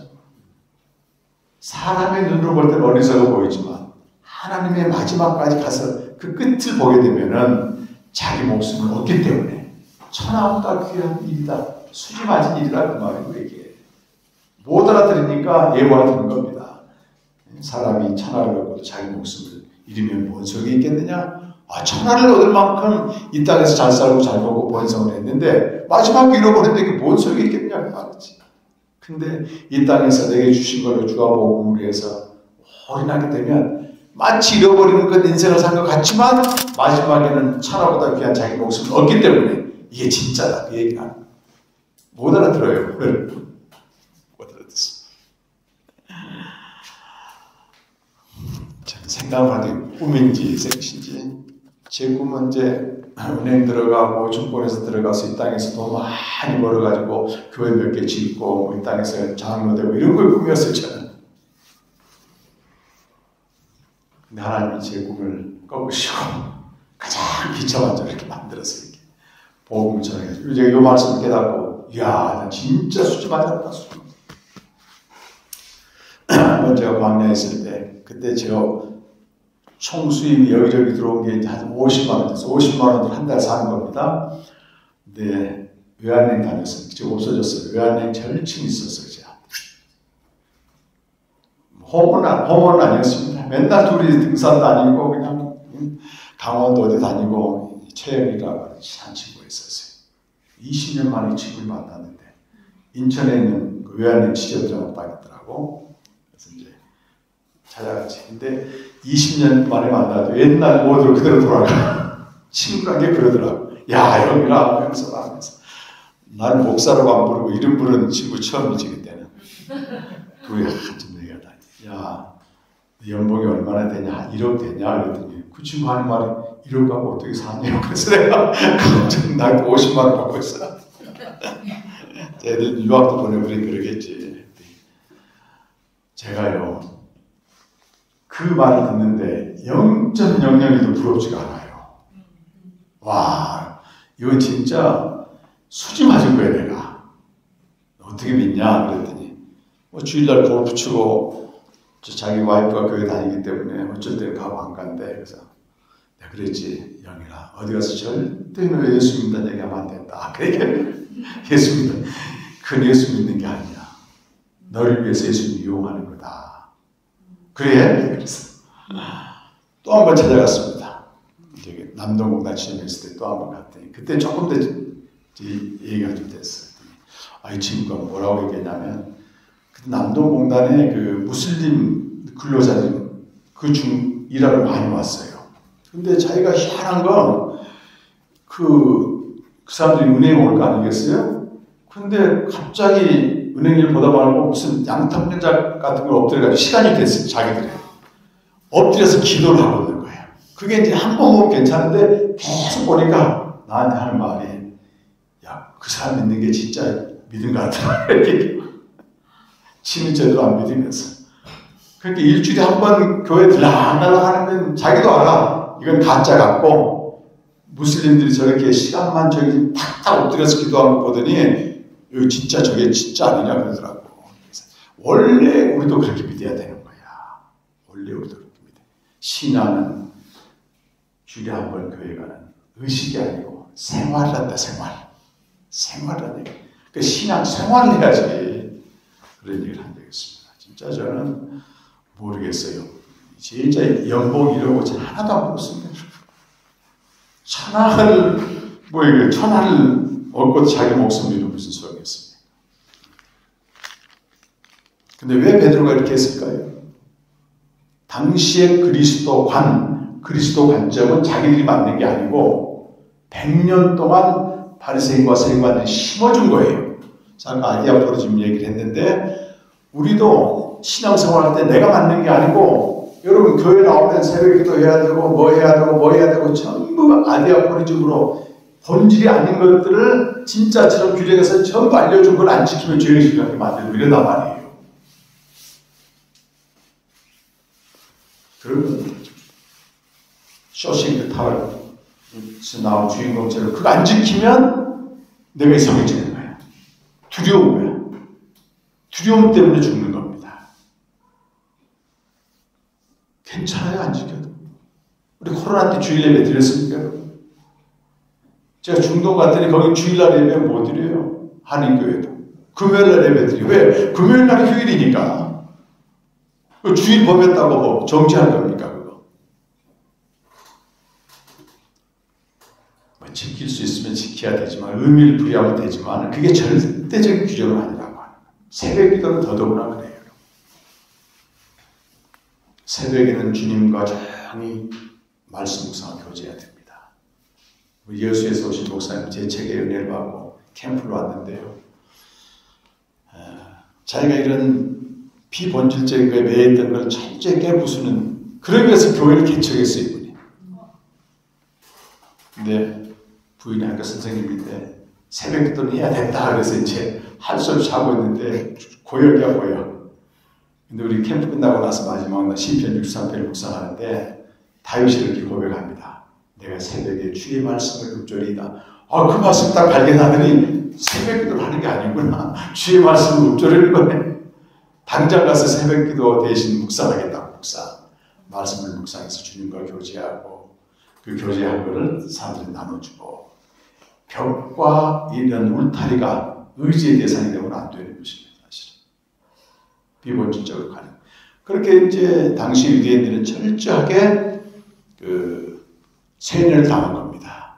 그리스도가 오시면 다윗왕처럼 정치적으로 해방자가 돼가지고 로마 압제에서 해방시켜주고 경제적으로 잘 살게 해주고 사회적으로 이루어질 거야. 이걸 뼛속 깊이 기다리고 있었어요.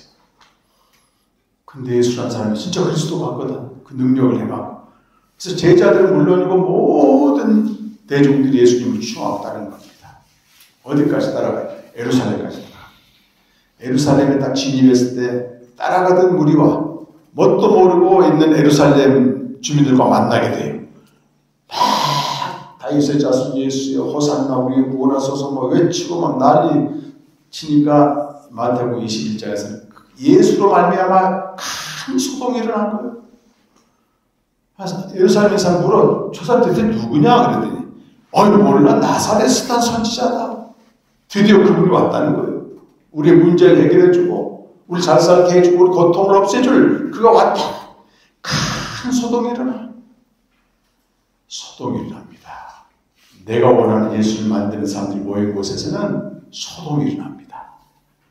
기도마다 부르짖고 아우성치고 이거 해달라 소동이 일어납니다. 북적북적이 됩니다. 시작받아 갔습니다. 거기에는 진지한 진리 탐구나 자기 내면 세계 보고 절망하고 고민하고 어떻게 믿어야 바르게 믿는가 고민이 없습니다. 내가 원하는 것만 이루어지면 되는 거예요.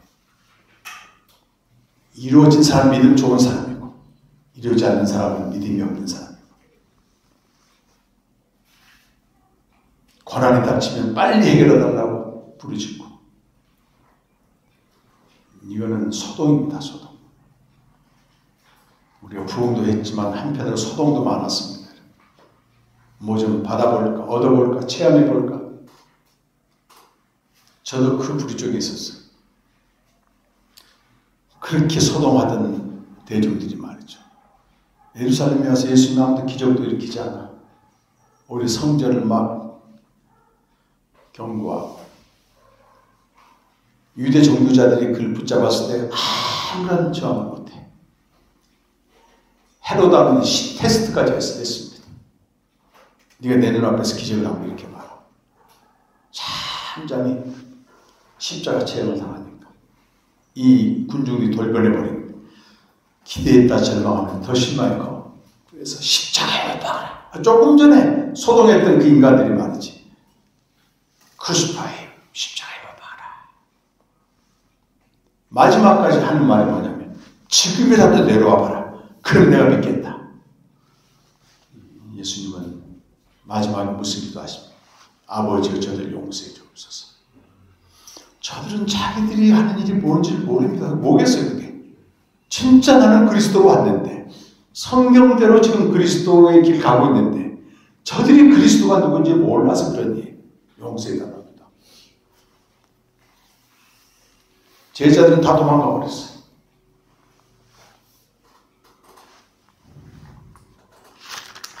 누가복음 24장 한번 가보겠습니다. 예수님이 사흘 만에 부활하셔서 제자들이 나타나셨습니다. 24장 13절 이하를 보게 되면 그 제자 중 두 사람이 엠마오로 내려가는 그 내용들이 나와요. 이 사람들은 자기들이 그렇게 믿었던 자기들의 문제를 해결해주고 이날 해방시켜줄 그 철석같이 믿었던 예수가 죽었으니까 실망하고 지금 내려가고 있는 길입니다. 그때 서로 얘기를 하고 있어요. 근데 15절 보니까 예수가 그들과 동행했습니다. 이들이 몰라봐 그인 줄. 예수님이 이렇게 물었습니다. 너희가 길 가면서 뭔 얘기를 하느냐? 이 두 사람이 슬픈 빛을 띠고 머물러 섰어요. 18절에 그중 글로바가 뭐라고 말하죠? 아니 당신은 예루살렘에 있으면서도 아니 거기서 큰 일을 당신만 모르고 있어 이렇게 얘기를 한 거예요. 예수가 십자가에 못 박힌 일이죠. 예수님이 딴청을 부려서 뭔 일인데 나사렛 예수 일이단 말이지. 그 다음에 이들 하는 말 좀 보세요. 예수는 하나님과 모든 백성 앞에서 말과 일에 능한 선지자이다. 대단한 사람이라는 거죠. 그런데 우리 대사국 간원들이 사형 판결에 넘겨주고 십자가에 못 박아 죽어버렸다. 21절 보십시오. 우리는 이 사람 예수가 이스라엘을 속량할 자라고 확신했다. 뭐예요? 한여름밤에 꿈으로 끝났다는 거죠. 이 사람이 바로 이스라엘을 속량해 줄 자, 말과 일에 능한 선지자, 우리의 문제를 해결할 타입 같은 선지자가 왕인 줄 알았는데 이제 끝났다 이거지. 이런 걸 두고 한때 소망을 두었던 예수님. 지금은 아니지. 죽어버렸으니까. 근데 또 뭐 소문이 들리냐면 뭐 살았던 말이 들리긴 들려. 자, 25절 예수님이 말씀하십니다. 여기 잘 보셔야 됩니다. 이제 이르시되 미련하고 선지자들이 말한 모든 것을 마음에 담는 선지자들이 뭐라고 말했어요? 그리스도에 대해서. 26절 같이 보겠습니다. 그리스도가 이런 고난을 받고 자기의 영광을 선지자 또 이에 모세와 모든 선지자들로 시작하여 모든 성경에 쓴 바 자기에 관한 것을 자세히 이게 뭘 설명했어요? 모세와 선지자 구약 성경 전체를 말하고 구약 성경에서 자기에 관한 그리스도에 관한 일 자세히 설명해 줬습니다. 그들이 뭐라고 말했느냐? 진짜 그리스도는 문제 해결해주고 소원속죄해주고 그런 소동 일으키는 그런 그리스도가 아니고 전능자가 아니고 고난당하고 죽은 자 가운데 살아가는 그런 말 하지 않았느냐? 그렇게 알려준 거예요. 근데 그 다음에 날이 저물어가고 둘이 함께하다 예수님이 이제 성찬을 해주죠. 눈이 밝아져 이제 그때야 비로소 예수를 알아봤는데 보이지 않아요. 32절 같이 한번 읽어보겠습니다. 시작. 그들이 서로 말하되 길에서 우리에게 말씀하시고 우리에게 성경을 풀어주실 때에 우리 속에서 마음이 뜨겁지란 말에 조그만 글씨가 있는데요. 이 나눠주라고 되어 있어요. 종이 성경을 보게 되면 밑에 이게 무슨 말인가 설명을 해놨는데 불타지 않느냐. 우리에게 성경을 풀어주실 때 우리 속에서 마음이 불타지. 무슨 성경을 풀어줬어요? 그리스도는 고난당하고 죽임당하고 부활한 분이라고 하는 그 성경을 풀어줬을 때 우리가 잘못 알고 있는 그리스도를 진짜 그리스도를 알려줬을 때 그들의 마음이 불타는 잘못 알고 있습니다. 내가 믿는 그리스도는 진짜 아니었다고 하는 걸 알려줬을 때 불이 타버린 겁니다.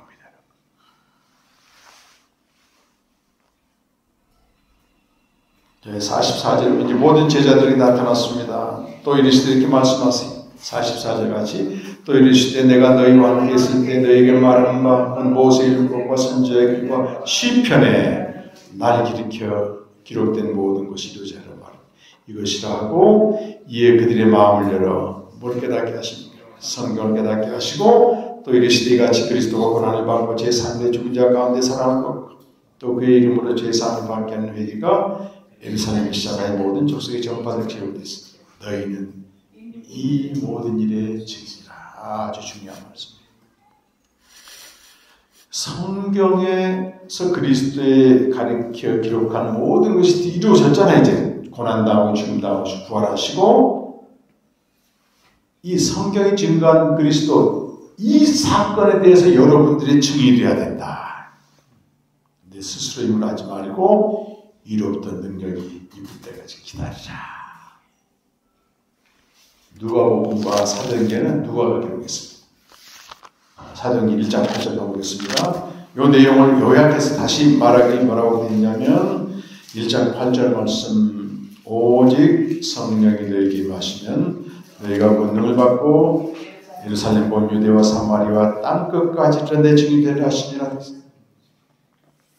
아까는 누가복음에서는 예루살렘에 시작하여 모든 족속, 여기서는 다른 표현, 내용은 똑같아요. 예루살렘에 시작하여 온 유대와 사마리아 땅끝까지 내 증인은 무슨 증인이라고 얘기하고 있어요?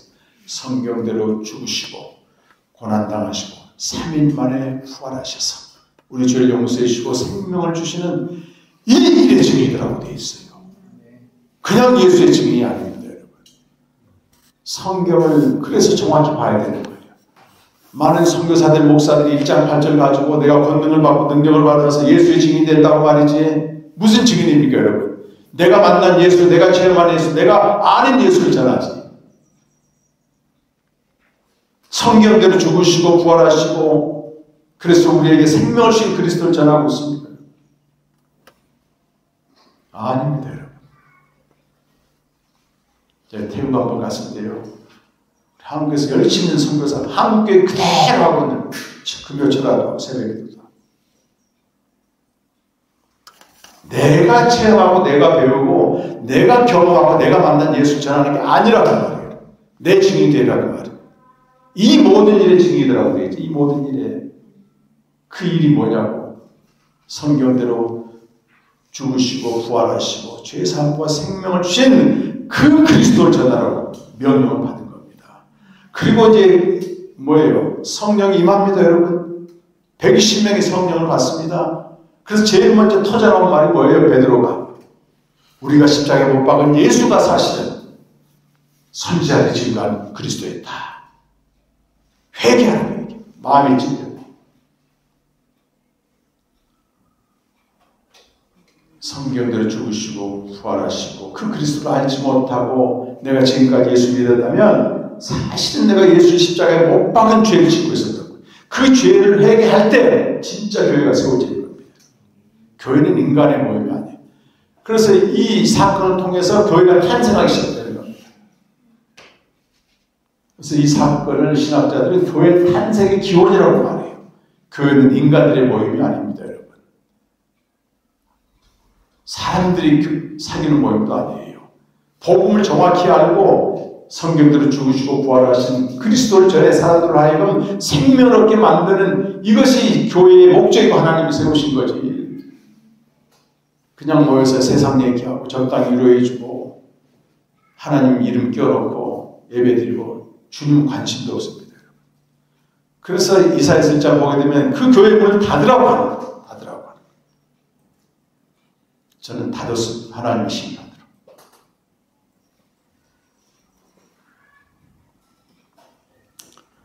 제가 10년 전에 이렇게 이 마다가스카르 한인교회 와서 이 생명의 복음을 전하고 갔습니다. 늘 기도합니다. 간접적으로 듣기도 하고. 근데 우리 인간은 연약해요. 제가 가만 보니까요. 그 갈라디아 교회도 사도들이 전한 복음을 정확히 전해줬어요. 그런데 바울 떠나고 나니까 금방 다른 복음이 들어와버려요. 고린도 교회도 말이죠. 제일 그 나름대로 잘 사는 지방에다 교회를 세우다. 바울이 성경의 진감 복음을 그대로 전했어요. 고린도서 15장 보면 죽으시고 장사되시고 내가 너에게 복음 전하지 않았느냐. 완전히 세속에 물들러가지고 그냥 자기들까지 세속화 되버리고 그렇게 약합니다. 근데 바울이 편지를 써서 10년 만에 내가 다시 와서 또 복음을 전하는 단 한 명이라도 이 복음을 깨닫고 그때 열매고 우리 성찬의 장 문봉원 사람이잖아요. 목회자가 없지만 없다고 딴 거 하면 안 됩니다. 성경대로 죽으시고 부활하신 그리스도를 전해 그러려면 내가 먼저 알아야지 이걸. 생명을 전한 초대교회는요. 지도자가 뭐 있었어요? 건물이 뭐 있었습니까? 이것 때문에 모인 거예요. 이것 때문에. 그래서 여기 들어온 신자들에게 자기가 원하는 자기가 믿고 있는 예수를 복음을 전해 주어서 회개시켜서 사도행전 2장 38절에 회개입니다. 오순절 그 사건의 가장 핵심적인 메시지는 회개입니다. 회개. 너희가 이 십자가에 못 박은 예수를 하나님이 주와 그리스도 되게 하셨느냐. 우리가 역사적 예수만 알았지 그가 하나님의 아들이고 그리스도이심을 몰랐기 때문에 그 십자가에 못 박아 죽였단 말이지. 그럼 그 얘기를 듣고 마음이 찔려. 진짜 그리스도에 대한 얘기를 들을 때 여러분의 마음이 막 불이 타가지고 아이고 내가 예수님을 잘못 알았는데 내 인생의 수단으로 알았네. 이걸 철저히 회개하고 어찌 않고 형제들하고 그때 베드로의 메시지가 터지잖아요. 너희가 회개해야 된다. 그리하면 성령 선물을 받는다. 예수 그리스도와 함께 세례를 받는 것이다. 그때 교회가 세워지게 되는 겁니다. 우리 한인교회가 이렇게 한번 복음으로 세워질 간절히 축원합니다. 아멘 하면 주님이 하신다니까. 아멘. 그리고 얼마나 좋아. 이 책에 다 그런 게 나와 있는데 한 채 한 대씩 한 대씩 모여서 다른 거 하지 말고 남 얘기하지 말고 사람 얘기하지 말고 그 이제 주님과 해결하시고 여기 오는 진리. 야, 마다가스 한인교회 가게 되면 진리를 알 수 있단 말이지. 복음을 알아들 수 있구나. 이렇게 해가지고 소문 나게 되면 주님이 보내시지 사람들이. 근데 여기가 먼저 준비 안 됐으면 계속 하나님 다루십니다. 정말 이렇게 복음을 전하게 하시다는 데 너무 감사하고요. 이제 다음 시간에는 복음의 핵심인 십자가 복음 전할 겁니다. 이 십자가 복음의 내용만 충실히 알아도요, 우리가 그렇게 고통받고 힘들어하는 모든 짐들이 싹 벗어지게 되겠어요. 시간에 한번 기도하시니, 저는 어디 안에 이런 메시지를 주로 많이 하지만, 특히 목사님들한테 많이 합니다.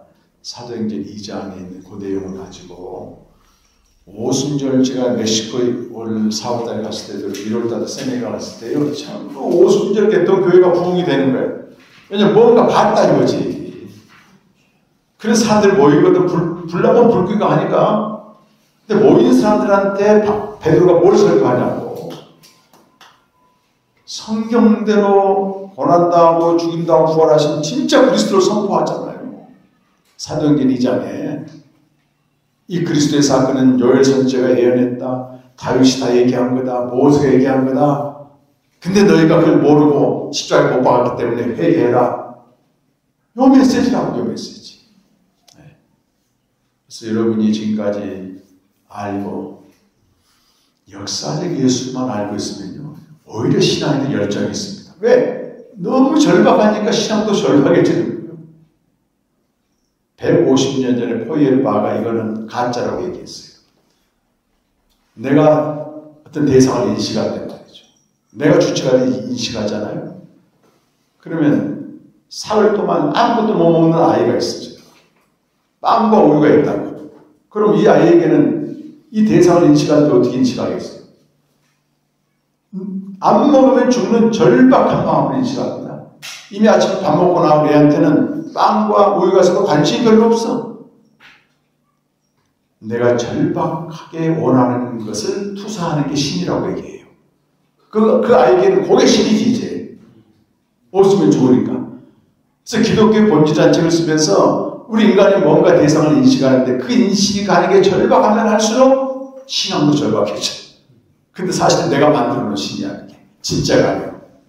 그 신으로 알고 믿는다는 거지. 그 얘기를 하면서 기독교의 본질이라는 엄청난 책을 썼어요. 근데 당시의 교회에다가 몰매를 맞았습니다, 사람. 다 그걸 원하고 있는데 네가 아니라고 하니까. 그 책도 처음에는 무명으로 써놨어. 이제 교수 돼야 되는데 말이지. 근데 알아가지고 교수 취소해가지고 백수가 됐습니다, 백수. 근데 공장장 딸이 포이에르바가 잘생겼거든. 반해가지고 둘이 결혼해가지고요. 평생 그 처갓집 돌보면서 책만 썼어, 책만. 그런 사람들이 진짜. 근데 지금 보통 교회에서는 이 사람을 무신론적 바자해가지고 다 매도합니다. 고민했던 사람이에요. 고민했던 사람. 시대마다 고민해야 됩니다. 150년 전에 끝났다니까, 기복신앙은. 그래서. 근데 우리 지금도 그걸 찾고 있으니까. 그 진짜라고 지금 진짜 예수 믿는 거라고 오해하고 있으니까 얼마나 안타까워요. 그래. 내가 믿어야 될 이유는 누구야 되냐 말이지. 다시 한번 돌아보면서 성경대로 죽으시고 부활하시고 생명수 그리스도 몰랐다면 나도 예수 십자가에 못 박으라고 외친 우리 중에 있었습니다. 회개해라. 그리스도의 세례를 받고 생명을 선물로 받으니 그때 교회가 시작되는 겁니다. 그렇게 한번 다시 간절한 마음으로 기도하겠습니다.